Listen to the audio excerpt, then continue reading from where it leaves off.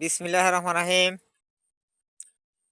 আমি একটি ভিডিও আপনাদের মাঝে তুলে ধরব। ভিডিওটি আপনারা গভীরভাবে দেখবেন। সংগ্রামের পরে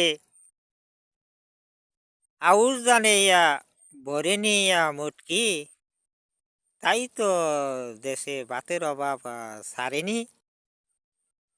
দেশে ইরির আবাদ আনে জিয়াউর রহমানে, এখন বাংলাদেশে ভাত খায় মানুষে, গরুয়ে, ছাগলে, মাছে। দেখেন, আপনারা ভিডিওটা লক্ষ্য করে দেখেন। ইরি ধানের শীষগুলো দেখেন কত লম্বা লম্বা, দেখেন, ভালো করে দেখেন।